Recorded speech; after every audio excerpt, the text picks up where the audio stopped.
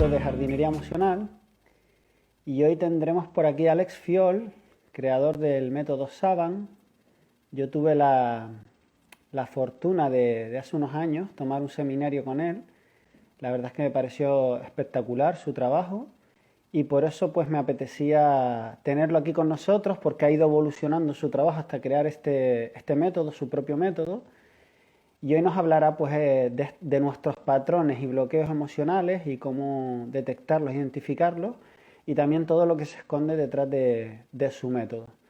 Así que en un momentito a ver si aparece por ahí. Muchas gracias y bienvenidas a las que se están y bienvenidos, se están conectando.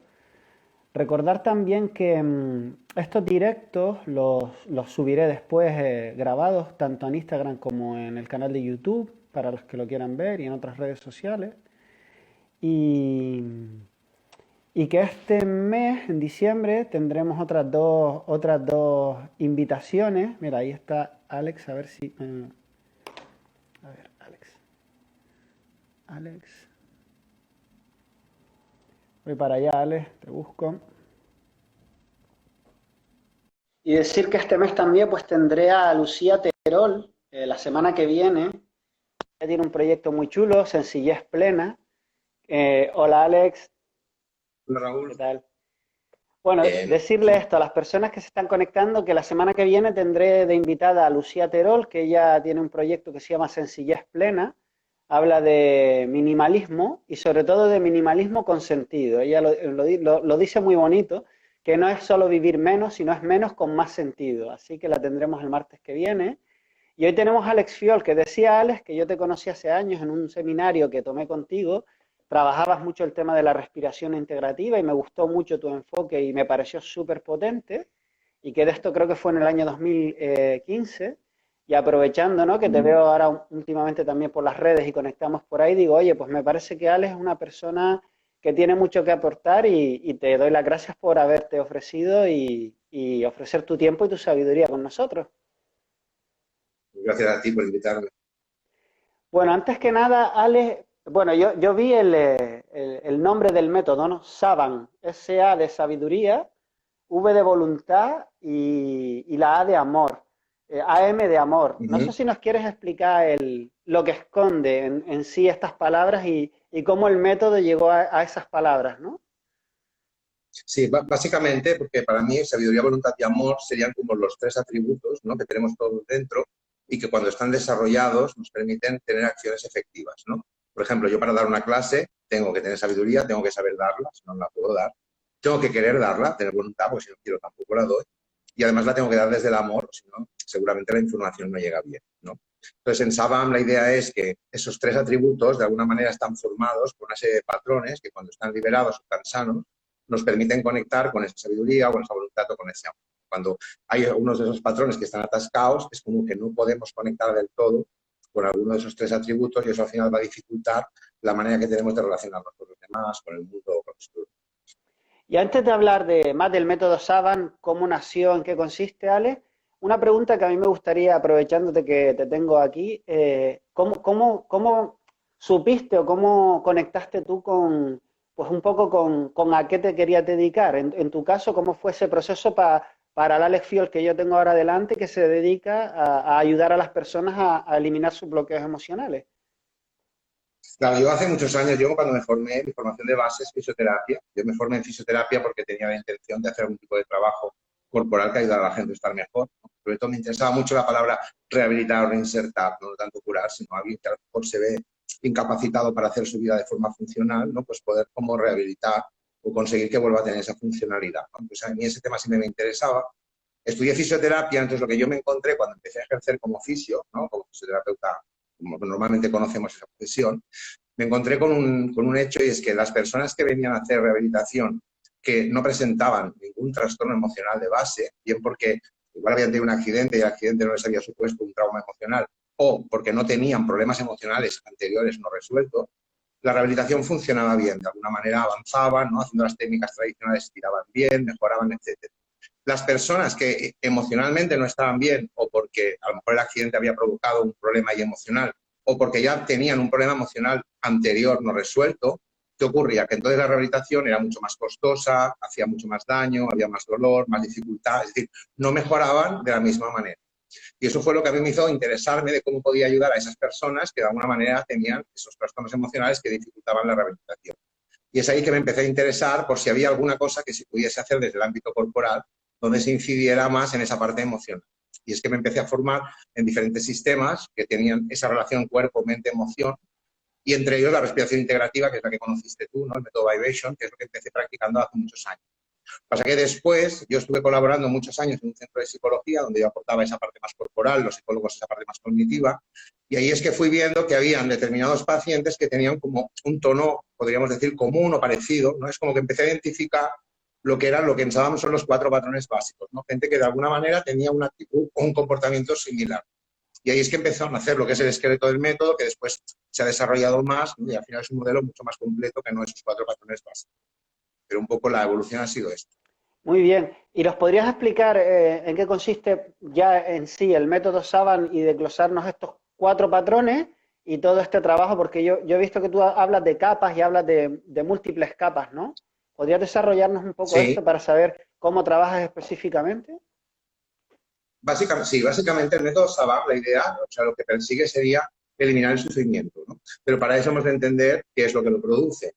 Entonces, desde el punto de vista del método Saban, el sufrimiento siempre está provocado, no tanto por lo que nos pasa, sino por la actitud que tú tienes a la hora de relacionarte con eso que te pasa, ¿no? Todos tenemos una actitud, la actitud la entenderíamos como la forma que yo tengo de relacionarme conmigo mismo o con los demás o con el entorno, ¿sí? Y dependiendo de cuál sea esa actitud, es que voy a sufrir más o voy a sufrir menos. Entonces, ¿qué ocurre? Que esa actitud está condicionada por lo que nosotros llamamos patrones emocionales reprimidos, que serían patrones emocionales que tenemos que están de forma inconsciente condicionando esa actitud, ¿no? Si yo, por ejemplo, tengo un patrón de culpa y entonces todo siempre siento que es culpa mía, que lo hago mal, que es porque he hecho algo mal, etcétera, mi relación con el entorno o con los demás va a estar condicionada por ese patrón de culpa. ¿De acuerdo? Entonces, se trata en el método de ver qué patrones son los que tienes tú reprimidos o bloqueados y en la medida en que los liberas es que puedes realmente cambiar la actitud y relacionarte diferente, con lo cual muchas veces el síntoma o el problema por el cual tienes va a desaparecer o va a mejorar o va a remitir, ¿vale? Entonces, cuando hablamos de capas, ¿a qué nos referimos? Hay 4 patrones básicos, que ahora te explicaré cuáles son, pero si pudiéramos hablar en general, todos los patrones, en total habrían 48 patrones. Evidentemente nadie tiene los 48 mal, ¿vale? Si la vida sería insostenible, pero sí que de esos 48 a lo mejor hay 10, 11 o 12 o los que sean que tienes mal, que son los que a ti te dan problemas a la hora de relacionar. Pero esos patrones están estructurados en forma de capas, de más superficial a más profundo. ¿Por qué es importante esto? Porque esto nos permite trabajar en el orden apropiado para la persona. Por ejemplo, hay gente que si no libera la culpa no puede liberar la vergüenza porque la vergüenza es más profunda, y gente que funciona al revés. Si no libera primero la vergüenza no va a poder liberarla.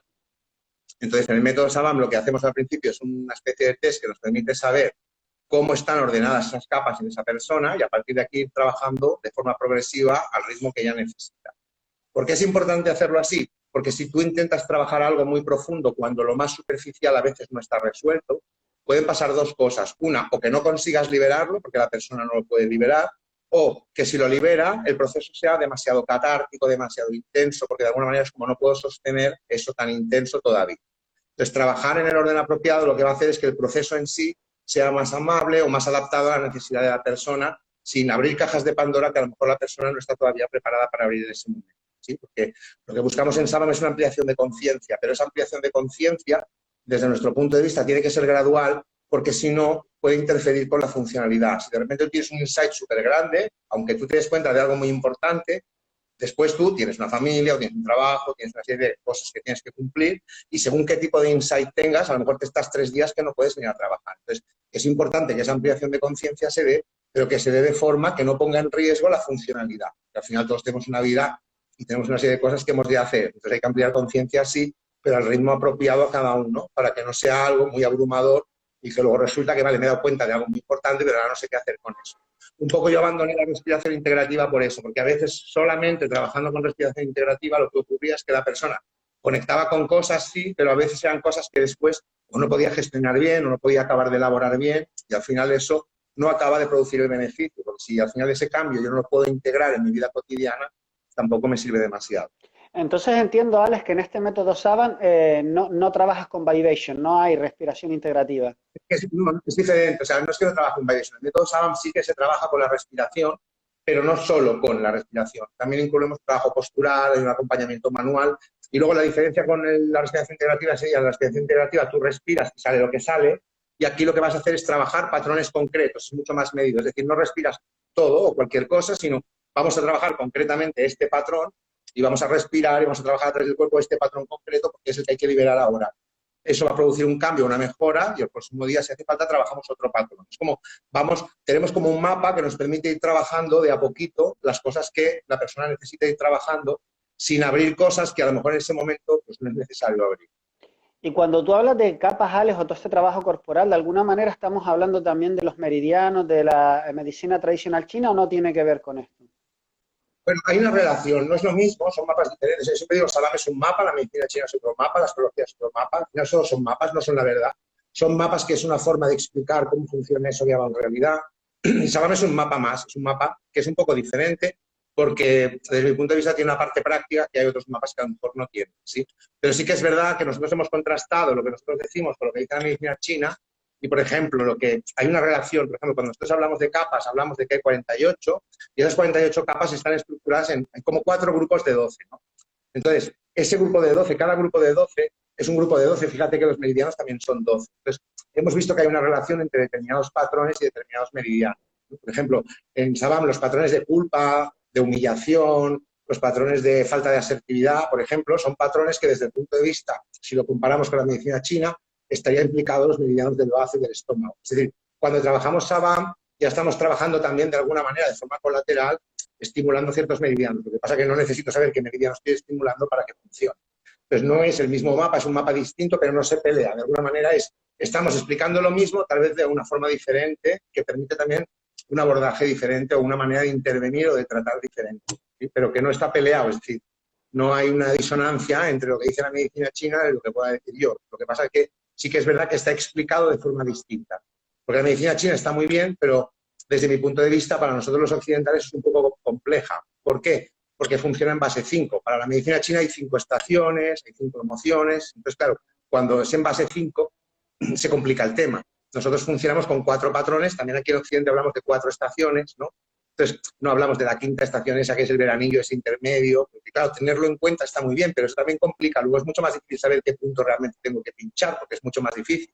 Por eso a veces poder dominar de verdad la medicina china nos va a llevar, ¿qué? 40 años. Entonces, es un mapa a lo mejor más sencillo, pero al ser más sencillo a lo mejor también es un poco más práctico, ¿no? Yo creo que al final si un mapa es muy complejo, puede ser muy rico, pero entonces hay el riesgo de que sea poco práctico, y si es demasiado sencillo, puede ser muy práctico, pero a lo mejor es poco profundo. Entonces, al final yo siempre digo en broma que para mí Sabam es como que tiene una buena relación calidad-precio, ¿no? De alguna manera es lo bastante profundo para que sea efectivo, lo bastante sencillo para que uno pueda aplicarlo, se pueda formar y no necesite 40 años para poderlo de alguna manera. Perfecto. Bueno, de hecho yo tengo dos compañeros del máster que estudiaron conmigo el máster de desarrollo personal de Borja Vilaseca, que fue donde yo te conocí, y que hicieron después tus formaciones, en concreto David y Ana, y quedaron encantados y les pareció súper potente lo que es la formación, porque tú haces tanto terapia individual, las personas pueden ir a ti para hacerse el chequeo y trabajar contigo esos patrones, o hacerse la formación donde entiendo que también reciben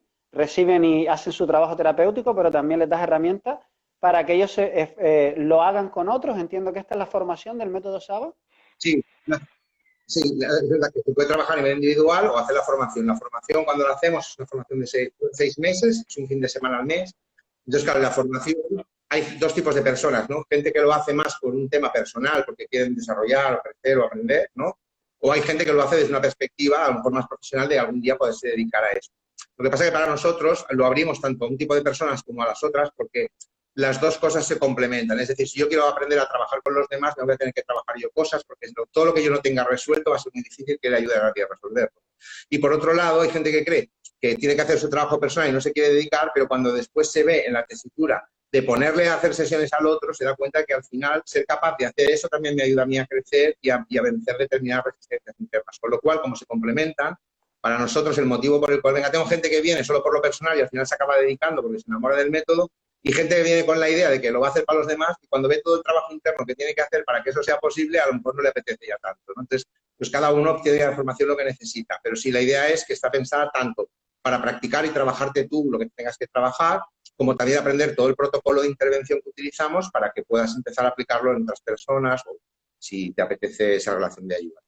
Y en tu caso y en tu experiencia, Ale, trabajando estos patrones y sanando estos bloqueos energéticos emocionales, ¿has encontrado que por efecto cascada cambia a nivel de creencias, cambian mapas mentales? Quiero decir, tú sabes que podemos cambiar creencias y esto también en la fisiología tiene impacto. Al contrario, o sea, Sí. desde ahí, que tú dices que es súper poderoso, ¿también hay cambio a nivel de mapa mental, de cómo yo veo y cómo entiendo las situaciones?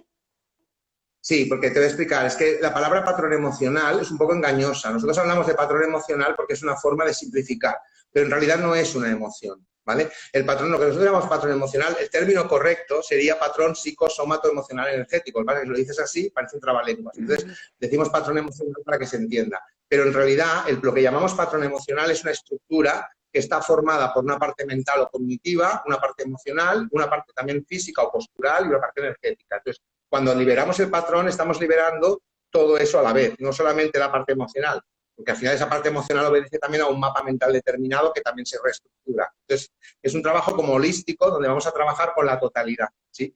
Lo que pasa es que el enfoque a veces es un poco diferente porque la palabra holístico a veces se entiende mal. Me parece que holístico es sumar, trabajo la mente y las emociones y el cuerpo y lo sumo. Y en realidad no sería tanto trabajar las tres cosas por separado sumando, sino trabajar con todo a la vez. Para nosotros este trabajar con todo a la vez, con lo que sería mente, cuerpo, emoción, todo junto. A nosotros eso es lo que configura el patrón emocional. El patrón emocional es algo que está formado tanto por mente, cuerpo, emoción y que al final condiciona cómo estás tú en el mundo y cómo te relacionas con los demás. Entonces vamos a trabajar con esa totalidad. Entonces muchas veces sí que pasa que hay gente que a lo mejor cuando libera un patrón lo vive desde una perspectiva más física, ¿no? Porque de repente se nota más recto, más, el pecho más amplio, que respira mejor, y otra gente al liberar el patrón de repente le cambia el mapa mental y comprende algo que llevaba años sin comprender. Entonces, cuando tú liberas un patrón, dependiendo de la persona, si es una persona más mental o más emocional o más física, a lo mejor el cambio lo va a notar más en uno de los tres niveles. Pero como estamos trabajando todo a la vez, la probabilidad de que haya ese cambio es mayor. El problema que pasa, que si tú, por ejemplo, trabajas la parte cognitiva con una creencia, tú a lo mejor la liberas y lo entiendes distinto, y si tú de forma natural eso que has comprendido distinto lo haces pasar a un nivel más emocional y más físico, va a haber un cambio. Pero hay gente que, ¿qué ocurre? Que lo entiende, pero ahí se queda. Entonces, sí, ya lo entiendo, ya sé por qué, ahora ya comprendo, me cambia el mapa mental, pero eso no hace que me sienta mejor, porque de alguna manera esa comprensión no se traslada al resto del sistema, ¿no? Entonces, Sabam lo que hace es que trabaja de una forma donde como trabajas con todo a la vez, es más fácil que ese cambio se dé porque estás trabajando con los tres cuerpos a la vez, no solo sobre uno. Cuando trabajas sobre uno, puede ser que de forma natural eso influya en la totalidad o puede ser que no. Hay gente que se libera emocionalmente, pero si no comprende, se vuelve a cargar y vuelve a liberar y se vuelve a cargar, porque al final no está cambiando nada para evitar. O sea, si yo tengo rabia y la libero, no la tengo. Pero si no elimino la causa que me la genera, la voy a volver a generar y la tendré que volver a liberar. Entonces me paso toda la vida liberando lo que estoy generando. Entonces es necesario ese cambio de mentalidad o estructura mental para no generar esa rabia. Entonces, en Sabam lo que hacemos es trabajar, como si dijéramos, con los tres cuerpos a la vez, mental, emocional, físico, con lo cual es más fácil que el cambio se produzca que cuando trabajas solo incidiendo en uno de los tres aspectos. Buenísimo. A mí me resonaba mucho, y no sé si tiene que ver cuando hablabas de patrones, por ejemplo, una postura más recta y respirar mejor, con temas de bioenergética. No sé si también ustedes integran el trabajo de la bioenergética cuando hacen los estudios posturales o es otro método. Es una manera diferente. En la bioenergética sí, también se parte, o sea, lo que tenemos en común con la bioenergética sería que una forma de saber cuáles son los patrones emocionales, sobre todo cuál es el funcionamiento básico, lo hacemos a través de un análisis postural, ¿de acuerdo? Es decir, viendo la postura, tú puedes, si la sabes analizar, puedes saber cuál es el patrón básico que está ahí bloqueado, ¿no? Si es más de tristeza o de rabia o de miedo, eso se ve en la postura. Entonces, sí que compartiríamos con ellos lo que sería la necesidad de hacer un análisis postural para ver de verdad cuál es la emoción que tú en aquel momento estás bloqueando más. Pero esa forma de hacer análisis postural es diferente. Es decir, la bioenergética o la liberación de corazas de Reich también hacen un análisis postural, pero lo tipifican de otra forma. Ellos hablarán de carácter esquizoide o carácter oral o carácter no sé qué. No sé, tienen otro tipo de protocolo y luego también trabajan con eso, con un trabajo corporal, pero que es diferente al que hacemos nosotros. Es una manera parecida en el sentido de que sí que tenemos en cuenta el cuerpo y hacemos ese análisis postural que nos va a permitir después intervenir, pero no utilizamos el mismo análisis, no miramos exactamente lo mismo, ¿sí? Nosotros cuando hacemos el análisis postural vamos a mirar básicamente si el patrón básico de la persona, cuál de los cuatro, ¿no? Si es un patrón básico de alegría, de miedo, de rabia o de tristeza. Entonces eso se ve en la postura. Dependiendo del tipo de postura que tenga la persona, vamos a saber que una de esas cuatro emociones es la que lleva peor y esa es la que va a generar lo que nosotros llamamos patrón básico, que ya condiciona de una forma muy primaria esa actitud que tú vas a tener en la vida. Y luego eso ya se complica cuando aparecen las fugas y al final se estructuran lo que llamamos las 48 capas. Pero que a nivel primario sería gente, por ejemplo, que lleva mal la tristeza, es la emoción que no ha integrado bien en la infancia, por decirlo de alguna manera, de las cuatro. Eso va a ir acompañado siempre como de un deseo muy grande de aprobación, de reconocimiento, de que me digan muy bien, muy bien. Entonces, ¿qué ocurre? Que hay muchas cosas que hago o no hago simplemente porque inconscientemente estoy buscando esa aprobación. Y a lo mejor le diría algo a alguien y no lo digo porque si se lo digo no le va a gustar, no me va a aprobar, entonces me lo callo. Entonces resulta que la persona tiene un problema de asertividad, pero tiene un problema de asertividad porque de base está priorizando esa aprobación por encima de otras cosas. Entonces, cada una de las cuatro emociones básicas va acompañada como de un deseo primario, ¿no? Buda decía que la causa del sufrimiento es el deseo. Entonces, claro, para nosotros el deseo es uno de esos cuatro. Entonces, todos tenemos las cuatro emociones, todos tenemos los cuatro deseos, de alguna manera, pero hay uno que es el nuclear, que es como el que nos prima más, el que nos rige más. Y ese es el que podemos saber cuál es a través del análisis postural. Y por ejemplo, ¿por qué es importante? Sí. Dime, Ale. No te iba a decir, y esto es importante porque a veces el cuerpo no engaña. Entonces hay gente que a lo mejor tiene una actitud que parece muy agresiva o desafiante y dices, mira, tiene un problema con la rabia, tiene que regular la rabia. Y resulta que le haces el análisis postural y ves que lo que hay es un patrón de miedo. Entonces puede ser que la persona en el fondo lo que tiene es miedo y su manera de vencerlo es me escapo a la rabia, tengo una actitud desafiante y así no me pasará nada. Entonces puede ser que tenga una conducta aparentemente muy agresiva y que tiene un problema de agresividad y de violencia y en el fondo lo que hay es un miedo no resuelto. Entonces, claro, muchas veces lo que tú ves, el comportamiento que tú ves no es realmente el profundo y ese del cuerpo en cambio sí que se puede ver. Porque cuando hablas de los cuatro patrones entiendo que estamos hablando de esto, ¿no? De miedo, de rabia, de tristeza y de alegría, ¿no? Estas las emociones básicas. Sí. O sea, estas son las cuatro para nosotros. ¿En qué se fija? No sé si nos puede, de manera como muy esquematizada, ¿en qué te fijas para leer cada uno de estos cuatro patrones? Sí, básicamente, porque hay otras escuelas que dicen que las emociones básicas son 5, son 6, no hay gente, por ejemplo, que mete el asco como una emoción básica. Y la sorpresa, también, pero sí, ya. Pero entonces el asco provoca la misma reacción que la rabia y la sorpresa provoca la misma reacción que el miedo, en realidad. Entonces, ¿por qué decimos que son estas cuatro? Porque son las cuatro que están relacionadas con los cuatro movimientos básicos del cuerpo en el espacio. Es decir, la tristeza siempre va a provocar en el cuerpo un movimiento hacia abajo, de descenso, ¿no? Como las personas deprimidas que van así, ¿de acuerdo? Es decir, la tristeza lo que tiende es a bajar, por decirlo de alguna manera. La alegría provoca lo contrario, uno está contento, es como que se va para arriba, crece.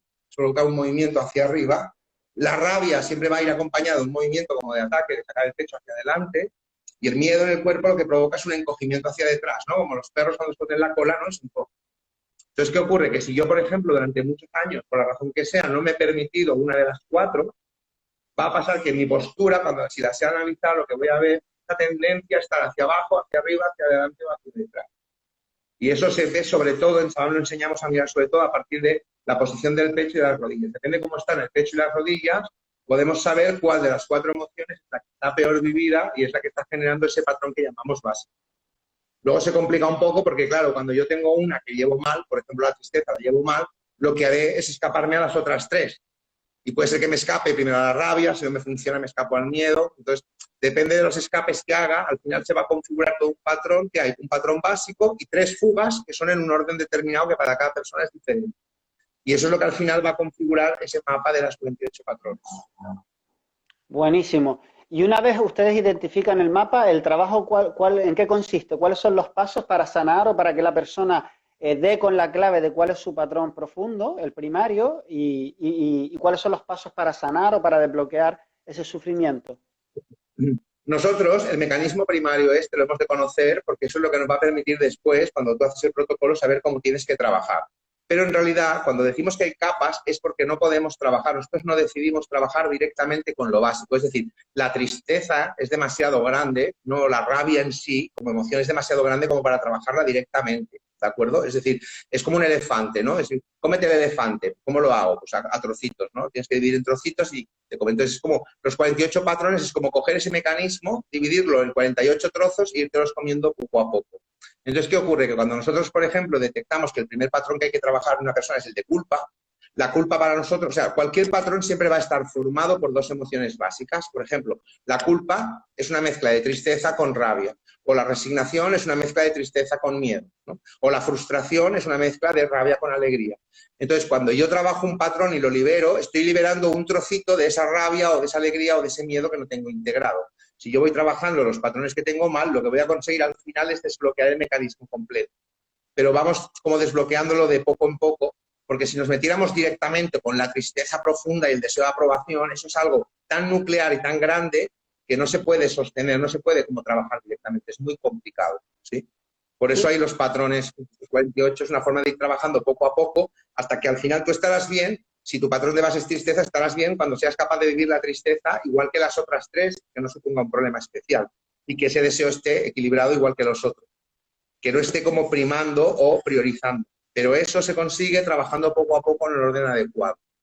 Y una vez tienen identificado el patrón y esa mini capa, ese trocito en el que ir trabajando, entiendo que el trabajo es a través de la respiración o qué técnicas específicas usan en Saban. Solo, no solo, o sea, el trabajo en que consiste básicamente, cuando tú tienes un patrón, por ejemplo, un patrón de culpa, imagínate que tú tienes toda la vida un patrón de culpa, el problema principal a la hora de hacer un cambio es que tú no sabes cuál es la alternativa. Si tú siempre te has sentido culpable, no sabes lo que es no sentirse así porque no lo has experimentado, entonces, cerebralmente no lo has experimentado. Es como si yo te digo, te tienes que sentir como si te bañaras en el mar por primera vez y nunca te has bañado en el mar. No te puedes hacer una idea de cómo es esa sensación. Entonces, si yo siempre he sentido culpa, claro, la gente me dice, pues no te sientas culpable. Dice, ya, eso ya lo sé. ¿Y cómo lo hago? Porque es que no sé, no he tenido la experiencia de lo que es para mí la no culpa. Entonces, cuando nosotros hacemos una sesión y la hacemos a través del diálogo, también a través del cuerpo, de la respiración, lo que conseguimos es que ese patrón se libere por un momento, y yo siempre lo digo así, ¿no? Que como que temporalmente hay un momento en que eso se libera para que tú puedas experimentar cómo es para ti vivir sin eso. Y vivir sin eso, pues para una persona tendrá una corporalidad diferente o un mapa mental diferente. Es decir, hay como toda una experiencia que es la que yo tengo cuando la culpa no está. Y entonces como que de repente mi cerebro ya sabe lo que tiene que buscar. Es decir, cuando yo me siento así, no tengo culpa. Entonces luego hacemos todo un trabajo que consiste en que la persona integre esa nueva experiencia y la pueda después llevarse a la vida cotidiana. Porque si practica eso en la vida cotidiana, es capaz de vivir en su vida cotidiana sin culpa. Pero para eso es necesario primero que tenga la experiencia de lo que es la no culpa. Y eso es lo que conseguimos con el protocolo o con el trabajo que hacemos, ¿no? Hay gente que a veces cuando tiene una liberación muy grande y luego se siente muy bien, lo primero que te preguntan es, ¿esto cuánto me va a durar? Siempre digo, no, ¿cuánto lo vas a hacer durar tú? O sea, esto ahora que estás experimentando es lo que tú tienes que integrar y es lo que tienes después que mantener en la vida cotidiana hasta que se vuelva natural. Cuando se vuelva natural, pues vivirás tu vida sin culpa en lugar de con culpa.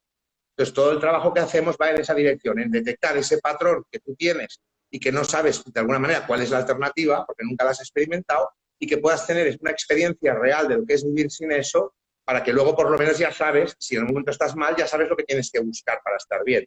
Porque ya es como si ya te has bañado en el mar, tú te puedes acordar de cómo era la sensación, pero si no te has bañado nunca no lo puedes recordar.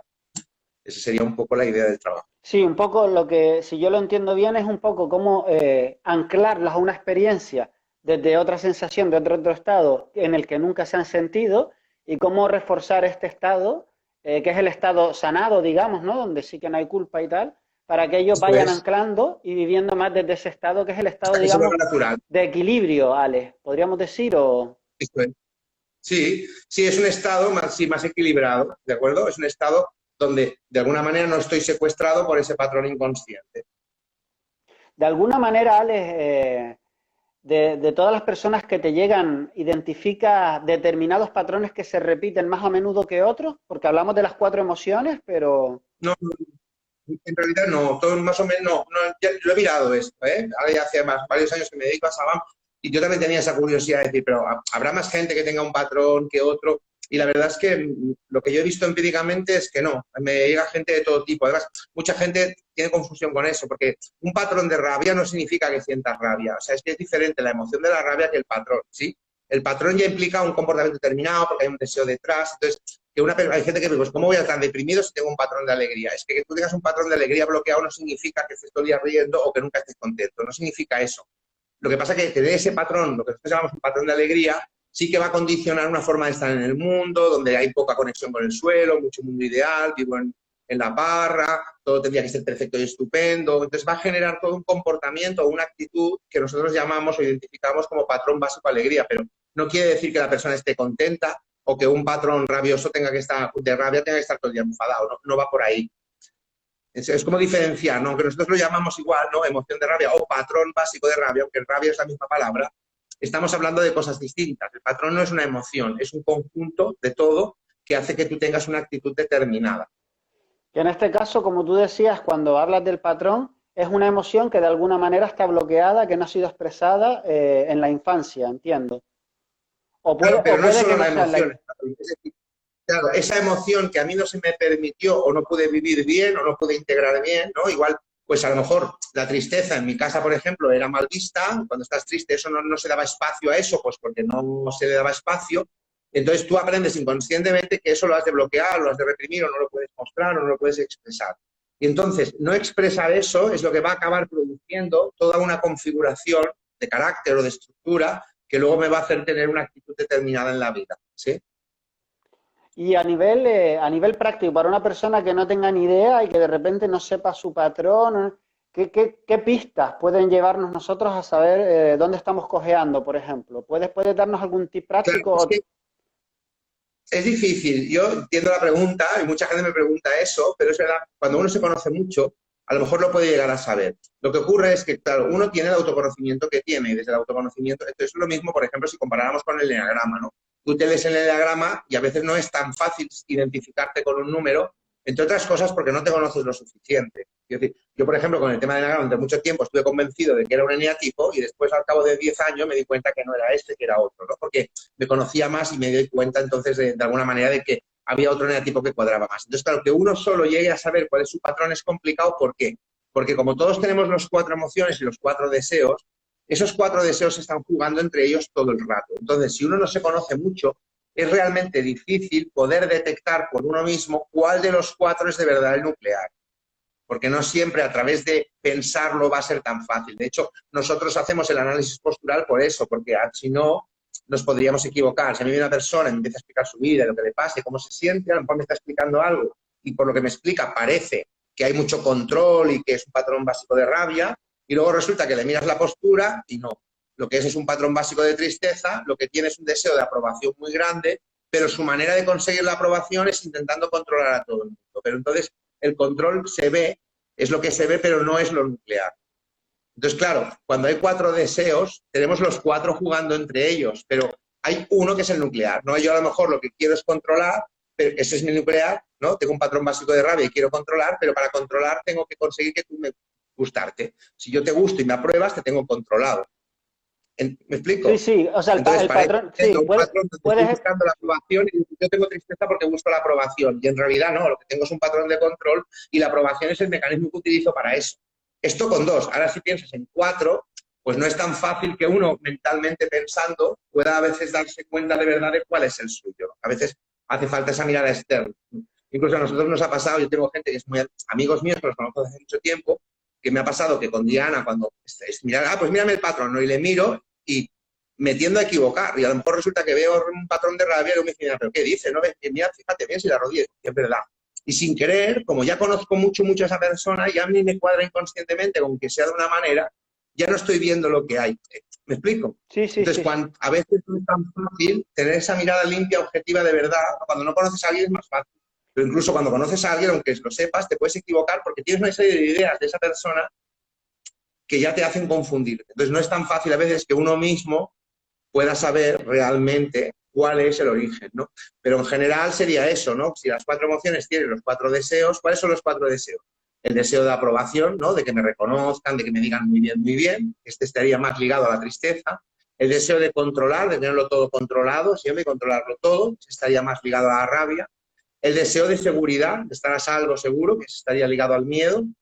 Y el deseo de separación que llamamos, que es un poco el deseo de destacar, de ser distinto, especial, diferente, o de no ser mediocre, que estaría más ligado a lo que llamamos patrón básico de alegría. Pero claro, Igual tú quieres ser especial, para ser especial todo el mundo te ha de querer, para que todo el mundo te quiera tienes que estar a salvo y entonces además controlar. Entonces, claro, como haces todo, ¿cuál es de verdad el original? Pues a veces uno solo no es tan fácil que pueda llegar a esa conclusión.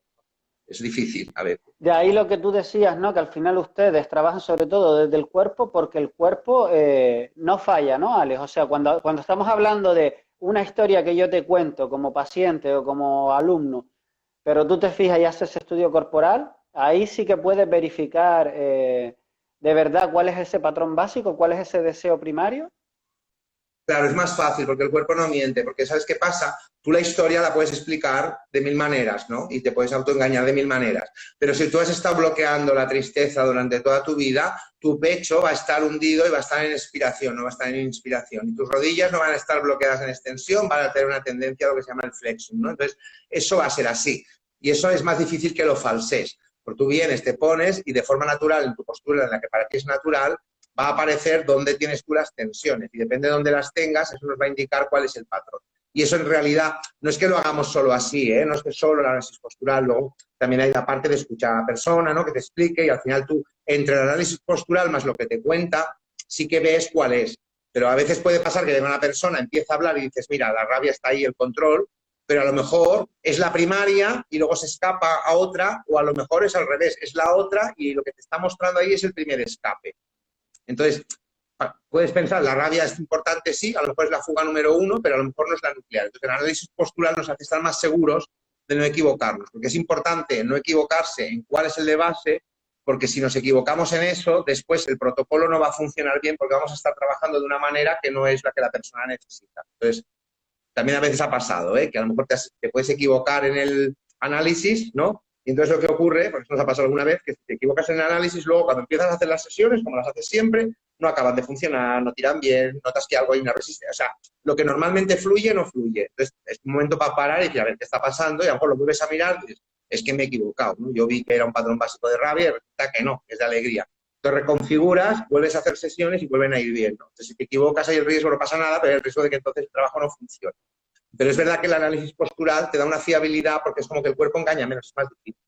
De Lo que tú hecho, me expliques, lo que usted muy bien explicado y aprendido. de hecho, entonces, Alex, cuando ustedes ven que sí, que es el patrón nuclear y dan con él, el trabajo se da de manera fluida siempre, siempre. Cuando ustedes identifican que es el patrón base, Normalmente, sí, si tú tienes claro cuál es el patrón de base y las fugas, y tienes claro las 48 capas por donde hay que empezar, porque es que, claro, depende cuál sea el de base, las fugas, más algún dato más, eso es lo que nos dice después cuál es el orden de las capas. Cuando tú tienes claro el orden de las capas y haces el protocolo tal como lo aplicamos, el proceso tira, o sea, la persona genera. Hay una parte que depende de ella, ¿eh? Si tú te liberas y después no practicas en la vida cotidiana, no te lo llevas, entonces no va a funcionar, no es magia. O sea, no es algo que yo haga, te libero y te vas y ya está. Se trata de vivir con conciencia. Luego, ese cambio que consigues en la sesión, hay una parte que depende de ti, que es mantenerlo en la vida cotidiana. Pero si eso está, si tú has hecho bien el análisis, después las sesiones funcionan y no suele haber ningún problema para que fluyan, ¿sí? Si la persona tiene ganas y lo hace y la vida cotidiana practica y no funciona, a lo mejor es que el análisis no era del todo bien, no estaba del todo bien hecho, entonces hay que revisarlo. bueno, yo Lo que creo, pasa es que no es un análisis muy complejo. claro, yo Quiero creo decir, que aquí tampoco es tan también difícil. una de las claves, Alex, es la palabra del método Saban, la voluntad, porque al final poco importa si tú haces todo el trabajo con la persona, que la persona no lo integra, ¿no? Tú le das esa puerta abierta, ay, por una vez tengo una sensación o experiencia de no culpa, pero si no ancla ese patrón y no sigue por ahí, pues volverá otra vez a los patrones, digamos, a los hábitos, ¿no?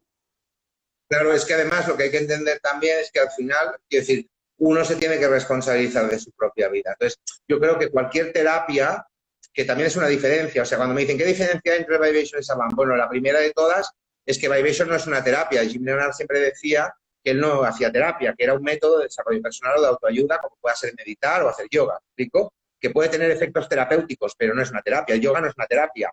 Si tú haces yoga puede tener efectos terapéuticos, pero no es una terapia. Entonces, Vibration o la respiración integrativa es lo mismo, es una forma de respirar que puede tener efectos terapéuticos y desarrollo personal, pero no es una terapia. En cambio, Sabam sí, porque Sabam sí que es, vamos a analizar concretamente qué patrones tú tienes mal Y esos concretamente son los que vamos a trabajar. Entonces tiene un efecto, tiene una dimensión más terapéutica y no tanto solo de desarrollo personal, ¿no?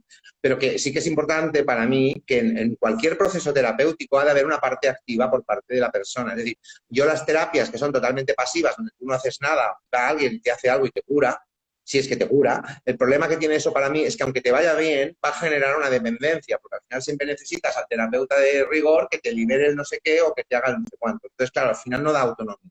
Y para mí la sanación tiene que ver con que en un momento determinado tú sepas mantenerte bien y tengas autonomía y te responsabilices de tu vida, ¿no? Entonces mucha gente viene a hacer este tipo de trabajo y si no le funciona es porque en el fondo están buscando la pastilla, pero en lugar de ir al médico que me dé una pastilla, vengo aquí, hazme eso que haces tú, a ver si se me va a mí la culpa. Bueno, yo puedo hacer lo que tengo que hacer, pero luego hay una parte que te has de comprometer con tu cambio, con tu proceso y lo has de implementar. Esa parte tiene que estar, porque además, es lo que dices tú, esa es la parte de la voluntad y esa tiene que estar. Si tú no quieres responsabilizarte de tu vida, no hay método que te vaya a funcionar, ni ninguno en realidad, ¿sí? Entonces, esa parte yo creo que es importante. Entonces, no es que tenga que ser que todo dependa de ti, el terapeuta tiene que hacer bien lo que tiene que hacer, pero sí que hemos de comprender que para sanar realmente ha de haber un compromiso y ha de haber que tú decidas también formar parte de ese proceso. Por eso nosotros llamamos a los que hacemos Saman, nos vamos a facilitar. Yo facilito algo porque te va a ser más fácil hacer ese cambio, a lo mejor si haces el proceso de Saban que si no lo haces, pero que el cambio lo vas a tener que hacer tú. Más fácil, más acompañado, con menos resistencia, con menos esfuerzo, sí, pero que al final hacerlo lo has de hacer. Si no asumes que lo has de hacer, no. Yo me acuerdo que mi pareja Diana, que es con la que doy los cursos, tiene un caso de una señora que le mandaron porque, bueno, tenía un problema con el hijo y tal, y cuando llevaba 4 sesiones, le dice, es que ahora estoy viendo que esto va de que yo cambie. Y le dice, sí, claro, es que va de eso. Y dice, pues no quiero, yo no quiero cambiar, nos pone mucho esfuerzo y no quiero. Pues no lo hagas, ¿vale? Entonces, lo bueno fue que ella se pensó que no había funcionado y al cabo de unos días se encuentra con la persona que se la había mandado y le dice, oye, muy bien, esa señora está mucho mejor. Dice, ¿cómo mucho mejor? Pues me dijo que no quería. Dice, no, pues ahora no se queja del hijo. Pero claro, ella se quejaba de que el hijo no cambia. Pero claro, cuando ella hizo el proceso y vio que se trataba de cambiar y vio y decidió que no quería cambiar, claro, tampoco tiene entonces la cara de decirle a su hijo que cambie nada, con lo cual lo aceptó como era. Entonces, al final, de alguna manera le sirvió. Aunque de alguna manera también, Alex, en el trabajo que hicieron también movieron alguna tecla, alguna ficha muy sutil, no, claro, y también eso pues produce transformación. Sí, claro, es que desde el momento en que haces algo, eso va a tener un efecto en ti. Pero que fue muy curioso eso, ¿no? Que cuando la persona después de... Porque nosotros siempre el primer día decimos de qué va, ¿no? Y la parte que depende de ti, eso lo explicamos. Y yo, sí. Y luego 4 días después dice, oye, es que esto ahora estoy viendo que va de que yo cambie. Justo, si va de eso. No, pues no, eso no me interesa a mí. Y no quiso seguir. Pues está bien, estás en tu derecho de no hacerlo. Total. Pero de entender que esa parte tiene que estar. De hecho, tú lo hablabas mucho, lo dijiste antes, ¿no? El tema de que a veces tenemos la tendencia a ir a buscar la pastillita y Anthony de Melo hablaba de esto, ¿no? Que la mayoría de los seres humanos no queremos realmente la solución a nuestros problemas, queremos alivio, porque la solución, la mayoría de los casos, depende de que nosotros cambiemos y muy pocos de nosotros estamos dispuestos a asumir, a tomar la responsabilidad de nuestro propio viaje y a hacer esa transformación, que al final se trata de eso, ¿no? Porque es que por mucho que tú vengas y seas el más sabio del mundo, Alex, y me digas qué es lo que tengo y cómo lo tengo que hacer, oye, si no, yo te puedo poner el plato de comida delante, pero si tú no te lo comes, no, al final no tiene ningún sentido ya de entrada.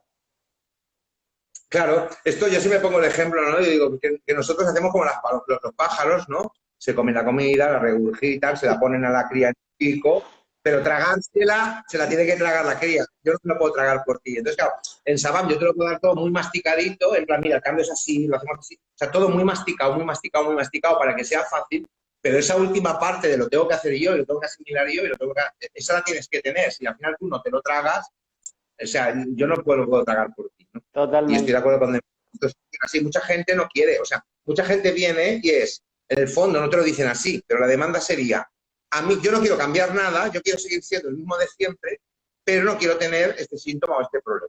Quiero que el problema desaparezca. Pero claro, no quiero ser, pero el tema es, date cuenta de qué manera tú has provocado eso. Porque el día que te des cuenta de qué manera tú lo has provocado con un patrón determinado, aunque sea inconsciente, no tienes la culpa, pero inconscientemente lo has provocado porque has tenido ese patrón o esa actitud, cuando seas consciente y la cambies, a lo mejor el problema desaparecerá. Pero claro, mucha gente no quiere cambiar nada, lo que quiere es que eso se le vaya. Entonces le dices, ya, pero es que para que se vaya tú tienes que hacer un cambio. Entonces hay gente que eso ya lo ha entendido y hay gente que todavía no. Creo que era Hipócrates, creo que era un médico de ciudad que decía, cuando alguien diga que se quiere curar, pregúntale si está dispuesto a renunciar a las causas que lo enfermaron, ¿sabes? Entonces, claro, no siempre es tan obvio esto. No siempre todo el mundo, la gente me dice, oye, he decidido que hay que hacer un cambio de actitud porque esto no es la demanda. Normalmente tengo ansiedad, no sé por qué, Y quítamelo, y quiero que se quítamelo me y vaya. quítamelo. Sí, quítame esto Quítame de la encima. ansiedad, Sí, sí. quítame la ansiedad y que se me vaya. Entonces, bueno, porque esa ansiedad la tienes porque te estás relacionando con la vida de una determinada manera y tendrás que aprender a relacionarte de otra. Entonces, Saban te va a ayudar a saber cómo te estás relacionando, qué es lo que está bloqueado. Vamos a facilitar esa liberación para que puedas relacionarte diferente y a lo mejor eso va a hacer que la ansiedad se acabe yendo, pero que hay una parte que tiene que ver contigo y con el compromiso que tú tengas con el cambio. Eso, para mí, además, no en Sabam, es que creo que un proceso terapéutico sano tiene que tener esa parte, porque si esa parte no está, entonces es como un milagro, yo hago algo y se te va la ansiedad, pero como tú no has aprendido a no generarla, se te ha ido ahora, pero después aparecerá otra vez o aparecerá otro síntoma diferente, a lo mejor peor, ¿me explico? Porque tú tienes que entender qué es lo que tú estás haciendo que hace que eso tenga lugar en tu vida o quepa. Porque Y si no, también, no cambias claro, eso. y al final lo que tú planteas es que es un nivel muy superficial, pero sigue habiendo cosas enquistadas, tanto a nivel energético, emocional en el cuerpo, como también a nivel mental, de hay algo que no está resuelto en el inconsciente. Así que al final esto es pan para hoy y hambre para mañana, un poco, ¿no? Correcto, sí, Yo te iba a decir, sí. Alex, porque nos queda, ha pasado volando, ya que nos quedan solo 15 minutitos, si nos podrías como Bueno, resumir de manera muy rápida, porque nos hablabas del patrón de tristeza, por ejemplo, ¿no? Como problema sí. fundamental, encoge el pecho, ¿no? Y si nos podrías decir como muy rápido estos cuatro patrones diferentes de bloqueo emocional, las pistas, pero no para que la gente lo sepa y lo lea, sino No, si no simplemente tengo un problema de que la gente lo sepa. en No, no el... es un problema de que no quiera que la gente lo sepa, es que hay que tener una mirada, hay que saber mirar muy bien para no equivocarse. Pero básicamente la idea sería, el pecho puede tener dos posiciones, puede estar, o dejémoslo de forma natural, más bien con una tendencia a lo que llamamos en inspiración, es decir, como para que la gente me entienda como abierto, pero esto no es tan fácil de ver porque mucha gente lo que mira son los hombros, no son los hombros. Es si la caja torácica tiene una tendencia a estar en inspiración, como inflada, o una tendencia a la expiración, ¿sí? Y las rodillas tienen también una tendencia a estar lo que se llama en flexum o bien en recurvatum, que sería una hiperextensión de la rodilla. La gente cuando está de pie bloquea las rodillas para atrás y hay gente que cuando está de pie no bloquea las rodillas para atrás. Entonces, ahí tienes que el pecho puede estar en inspiración o en expiración y las rodillas pueden estar en flexión o en extensión. Y eso da cuatro posibilidades, ¿no? Entonces, tórax en expiración con rodillas en extensión o tórax en expiración con rodillas en flexión, ¿sí? Es decir, hay cuatro posibilidades y cada una de Dos esas cuatro combinaciones de posibilidades pecho que se combinan con las dos de rodilla. con las dos de las rodillas, en total da cuatro posibilidades y esas cuatro posibilidades corresponden a los cuatro patrones básicos. Por ejemplo, el patrón básico de tristeza, nos vamos a encontrar un pecho en expiración hacia abajo y las rodillas con tendencia a la flexión. Porque si te fijas, claro, cuando yo me deprimo muy para abajo, el pecho se va a hundir y las rodillas se van a doblar. Entonces, aunque sea de forma sutil, eso está. Cuando tú ves una persona que su postura natural tiene el pecho en expiración y las rodillas en flexión, apunta a un patrón básico de tristeza. Mientras que, por ejemplo, el caso contrario, ¿no? Si tuviera el pecho hacia arriba en inspiración y las rodillas en extensión, es porque de alguna manera está proyectada hacia arriba. Entonces, eso lo que va a indicar sería un patrón básico de alegría. Entonces, mirando el pecho y las rodillas, más no solo, también la disposición general, la forma de caminar, o sea, eso es un indicador importante, pero no es el único. Miramos varias cosas en el análisis. Pero para que se entienda un poco, básicamente sería eso, ¿no? Que esa posición del pecho más abierto o cerrado y esa posición de las rodillas más en flexión o en extensión nos dan una pista de cuál es la emoción básica. Si luego le sumas a eso el conjunto general, la forma de caminar, el discurso que ha tenido antes, lo que te ha explicado que le pasa, todo eso al final nos hace tener claro, bastante claro, cuál es el patrón básico. Y luego también hay otras maneras también corporales, a través de los movimientos de los ojos, de saber cuáles son las tres fugas, para dónde te escapas, ¿no? A lo mejor mi patrón básico es tristeza y como ahí no lo llevo bien, me voy a la rabia. Y si eso no me soluciona, me escapo al miedo y si no, al final de los finales, a la alegría. Entonces, lo que hemos de detectar al principio es el patrón básico y esas tres fugas. Entonces, lo hacemos a través del análisis postural, del discurso, de unos movimientos oculares que pedimos. Hay todo un protocolo para saber cuál es ese patrón, ¿sí? Pero en general, claro, si mi pecho está siempre como una tendencia hacia abajo, hundido, si lo que me cuesta es como abrir o inspirar, casi seguro que el patrón básico va a ser miedo o va a ser tristeza, casi seguro, ¿sí? O sea, en la contracción hablamos de probablemente en el pecho patrón de tristeza o de miedo O y en la de miedo, expansión sí. rabia o alegría. Claro, y en las rodillas la tendencia a la flexión tendrá relación con la tristeza y con la rabia y las rodillas en extensión tendrán relación con el miedo y la alegría. Muy bien, muy bien. Entonces, de la combinación de las dos, al final sabes cuál es el básico, ¿sí? Y dejar claro esto, Alex, que no es solo esto y lo que tú decías, que la mirada tiene que ser muy entrenada, porque no es solo esto, sino otras cosas, con los patrones de fuga, con el modo de caminar, con los movimientos oculares, y también hacen ese análisis de lo que te cuenta la persona, ¿no? Que, Claro, es por un qué van. conjunto. Claro, y sobre todo, además de porque me van, o sea, ellos vienen y explican algo, pero en la propia manera de explicar en el discurso, muchas veces ya detectas qué es lo que hay detrás, ¿no? Porque al final, los patrones lo que hacen es que la misma realidad tú la vivas diferente, ¿no? Por ejemplo, imagínate una situación donde, bueno, típica, mi pareja me deja y se va con otra persona. Si yo tengo un patrón de culpa no resuelto, esa situación de mi pareja me deja porque se va con otro, ¿cómo la voy a vivir? Es culpa mía, no he cuidado la relación, si hubiera hecho algo diferente, no, lo voy a vivir desde ahí. Si tú tienes un patrón de frustración y no de culpa, la misma situación la vas a vivir como no puede ser, que no pueda hacer algo para que esto no pase, yo tendría que poder hacer algo, esta sensación de que no puedo hacer algo no puede ser. Entonces, la misma situación a ti te va a generar un tipo de sufrimiento más relacionado con la frustración y a mí con la culpa.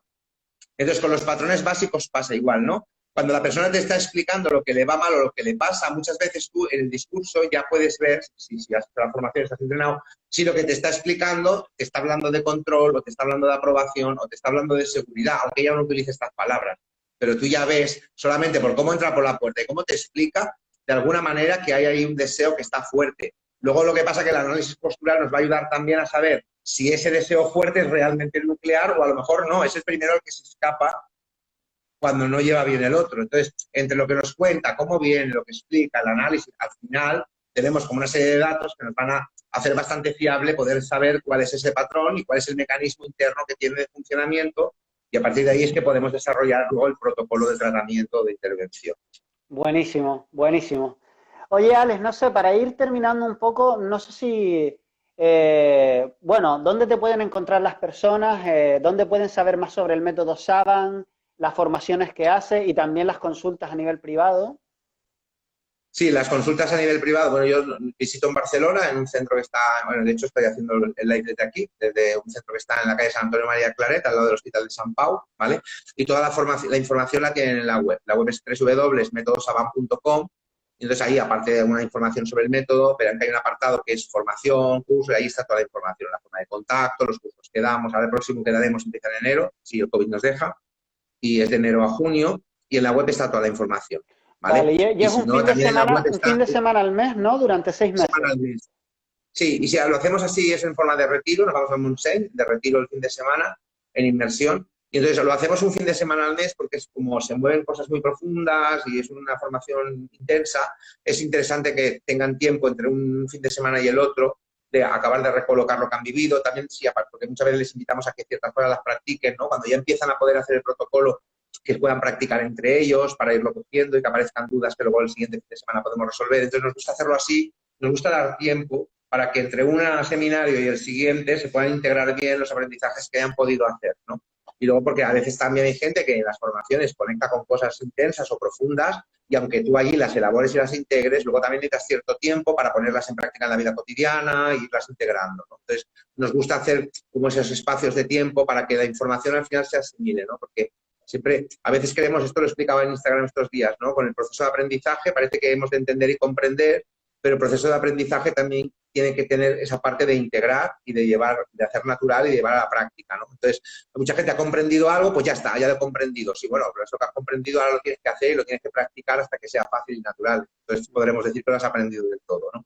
Entonces, ese tiempo es el que permite, pues, integrar esos aprendizajes que puedas tener durante el fin de semana. Buenísimo, sí, Y esto. ahí y en la web también está el teléfono de contacto, o sea que si quieren pedir sesión individual o alguna información, nosotros pues que nos llamen, nos preguntan y informamos. ¿Sí? Buenísimo. Esto es un poco lo que hablabas ahora del aprendizaje, que yo estoy totalmente de acuerdo, lo de la matriz del aprendizaje, ¿no? No sé que no sé, sé que no sé, sé, a ver, ¿cómo es?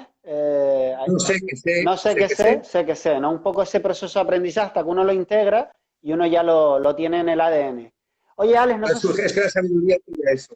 Sí, la La sabiduría. sabiduría de alguna manera sería Sí, eso. buenísimo. Sí, sí, ahí entraríamos en la sabiduría, la voluntad, uno tiene que querer tanto dar como recibir y el amor, que yo creo que es el ingrediente fundamental. Sin amor creo que no se puede hacer nada con calidad. No sé si tú piensas igual, pero yo por lo menos lo veo así. Estoy de acuerdo, pero a veces también se habla mucho del amor y para mí es una de las tres cosas, pero porque no hay una frase en la cábala, hay un cabalista que se llama Yehudaler que explica la cábala para tontos, a mí me gusta porque se entiende, que dice, ¿no? El suelo del infierno está embaldosado de buenas intenciones. Entonces, claro, si tú tienes mucha voluntad y mucho amor y muchas ganas de ayudar, pero no sabes, porque no tienes los conocimientos para hacerlo, mejor no lo hagas, porque queriendo hacer un bien la puedes liar, ¿no? Yo tenía un maestro que siempre decía, si puedes ayudar, ayuda, y si no, al menos no molestes, ¿no? Entonces, a veces la gente tiene muy buena voluntad y mucho amor y muchas ganas de ayudar, pues está muy bien, pero eso tiene que ir acompañado también de esa sabiduría o de ese saber cómo hacerlo, porque si no, al final, queriendo hacer un bien, puedo acabar haciendo un mal. Entonces, si sé mucho y tengo mucha voluntad y no tengo amor, vamos mal, porque sin amor no vas a conseguir realmente nada,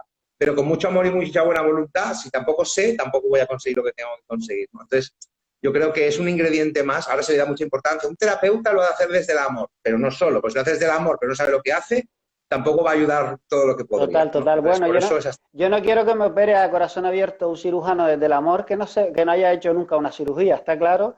Pero también, si está en el método tuyo y como palabra entendemos que sabemos que hay una energía, ¿no? Hay un desde dónde se hace, Sí, que también es importante, porque correcto. puestos a elegir dos No muy terapeutas importante. buenos, uno va a siempre querer elegir el que también aporte el amor, y porque puede ser muy bueno, pero Correcto, si no hay amor, ahí también falta correcto. algo. Es que para mí, desde mi perspectiva, si no hay amor, no es muy bueno todavía. Muy bueno. No sabe cosas, pero no es muy bueno. Muy bien, Ale. Oye, ¿alguna cosa para terminar que quieras contarnos? ¿Alguna frase que nos quieras regalar antes de terminar? Hoy, esto de las frases que es muy complicado, ¿no? Porque a Bueno, cada pero uno le cuando gusta digo la que una le... frase no es una cita, sino algo, no sé, un mensaje, ¿vale? Si quieres, si prefieres. No, yo cuando a mí me dicen, porque a mí no me gusta mucho dar consejos, porque creo que los consejos no sirven porque como cada persona en el fondo es diferente y a cada uno le sirve lo que le sirve, ¿no? Pero si tuviera que dar uno general, yo sí que invito a que la gente a que se observe un poco el tema de respirar. ¿En qué sentido? Cuando nosotros vivimos en la vida cotidiana, generalmente eso va a tener algún tipo de impacto emocional en nosotros, ¿no? Entonces, muchas veces cuando lo que me está pasando, lo que estoy viviendo, me hace sentir algo que no me gusta, lo que voy a hacer inconscientemente es parar de respirar o bloquear la respiración, que es una forma de evitar sentir eso que no quiero sentir. Pero claro, si no lo siento, tampoco me entero de nada porque no me estoy enterando de qué impacto está teniendo eso. Entonces, ¿por qué digo observar la respiración? Porque cuando uno empieza a ser consciente de su respiración, empieza a darse cuenta de que con determinadas personas o en determinadas situaciones paro de respirar o hago una apnea. Y cuando hago una apnea, entonces es una manera de darme cuenta de que hay alguna cosa que yo estoy sintiendo ahí que no me estoy permitiendo. Y si no me la permito, tampoco la voy a poder resolver, ¿no? Entonces, si estoy con una persona y no respiro, o si estoy en un ambiente y no respiro, está bien parar un momento y no respirar, entender que está significando que hay alguna cosa que yo estoy sintiendo ahí que no me estoy permitiendo, no me está gustando sentir. Entonces, parar y darme el permiso de escucharme y ver qué es, me va a dar pistas de cuáles empiezan a ser esos patrones que están ahí bloqueados, ¿sí?